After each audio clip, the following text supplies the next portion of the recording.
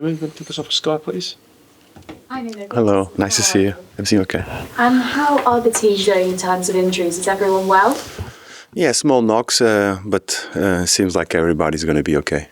That's good to hear. Now, Yeah. I wanted to talk to you about last weekend.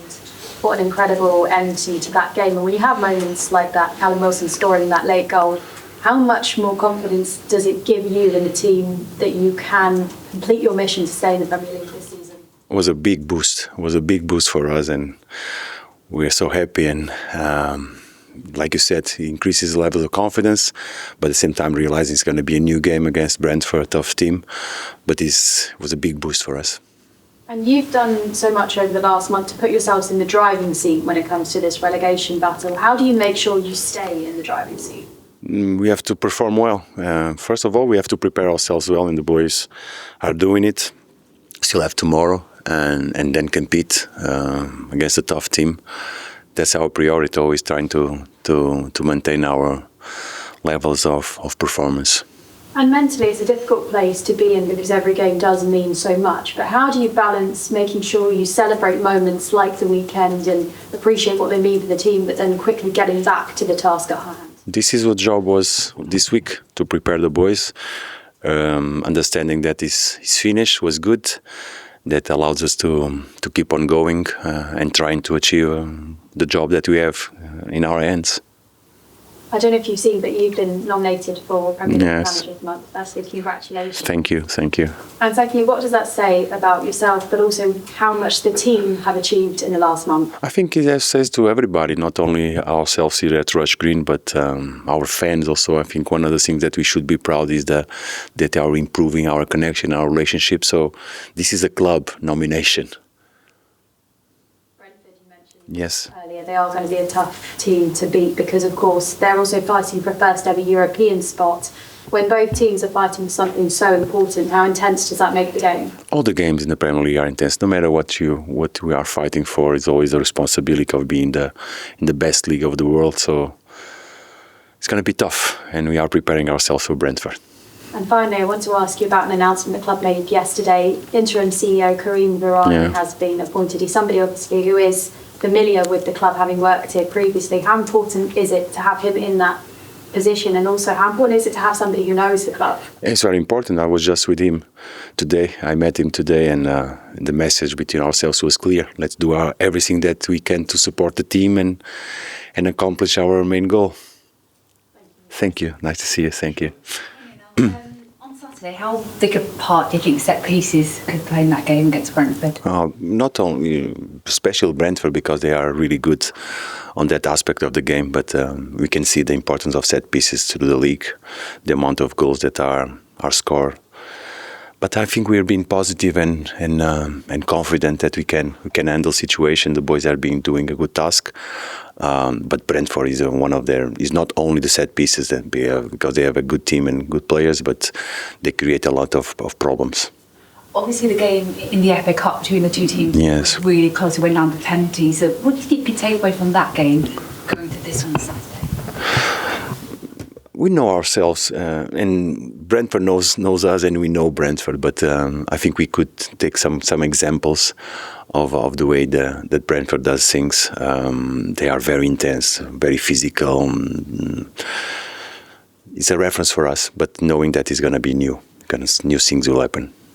I wanted to ask about Callum Wilson. I interviewed him after the goal against Everton, and he was very humble in talking about his role in the team. He said he's tried to be a role model for the younger players in the squad and tried to stay professional during the week and just sort of bide and wait for his time.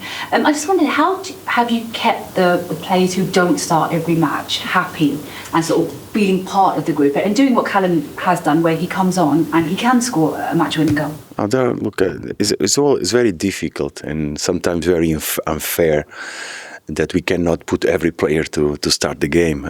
Many of our players deserve more minutes, deserve to play, deserve to start.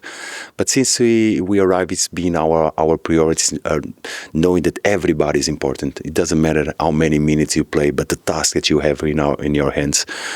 Callum is one of the players that for sure deserves more that we've been giving to him, and he's giving back 1,000 times more. He's been giving goals that are points for us, and that's so crucial. And we are delighted. And Callum is an example of what the player should understand. Not everybody can start, but everybody can play a big part. Thank you. Yeah. Hi Nuno, how are you? Oh, good, thank you. First of all, congratulations on last week and on the Manager of the Month nomination. Thank you. Just shows, what a job you've done at this place to got a nomination of Manager of the Month when there are managers going for the title and you're in the mix for it. It's not a nomination for myself. He has a lot of people involved. Like I mentioned to you, I think it's a club nomination because it's up to us. It's everybody can play, can help. So being nominated is a reflection of, first of all, foremost, the hard work that the boys have been putting in the grass for the recent games. I think in our character, the way we are competing, shows and speaks a lot about ourselves. I know you don't like to give yourself a lot of credit or necessarily even your coaching stuff. You like to say everybody, but it's clear that the players here now have a big smile on their faces, which maybe they didn't have when you walked in. So you must have weaved your magic wand in some way. No. Look, I think the results have helped a lot in terms of atmosphere, and no matter what, we have to stick together. We've been through tough moments. And possibly the smiles were not there, but the respect was present every day, realizing that it's up to us to change things, and we've been able to slowly change. And like you said, the players have a smile on their faces, which makes everything easier in terms of trying to implement the ideas that we want. Last Saturday was very, very nerve-wracking, I think, for everyone. Not least because you were playing at the same time as Spurs, and people, certainly the fans in the stadium, would have known what was going on at both grounds. The next couple of weeks at least, you play first, the Spurs play after you. What complexities does that bring to the mentality of your team? Because there's a different pressure in playing first, isn't there? Look, I don't consider it like that. We try to isolate from that aspect. If we play after, before, at the same time, it's up to us. What we try is to shield our players, our team, inside their task in the pitch, because you cannot control what's going outside. And it's going to be Saturday and the next day. As long as we keep focus on ourselves, I think we can do better.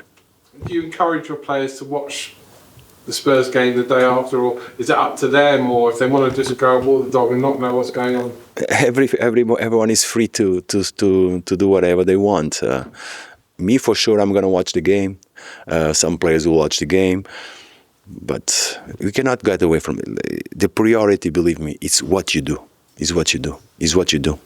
My last question is slightly off topic. I saw a report this week that when it's UEFA, might want clubs to make sure next season they always play one under 21 player, start one under 21 player in a match day. Spurs, West Ham have done that this season. You've had lots of under 21 players, Mayers, Scarles, Kante.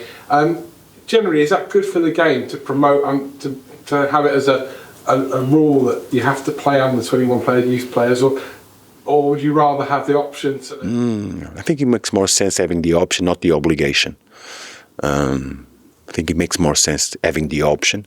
It's one of the things that I think it's helpful, that you look at your academy, see the prospects that you are coming, but at the same time you have to really judge which is the best moment to put the boy in the pitch, how you can go along his development, not to rush things. So if it becomes an obligation, it can be counterproductive. But I don't know how many we have in our squad, but we have a young squad, so I think we'll be good. Good luck this weekend. Thank you, man. Thank you. Thanks. All cameras off, please.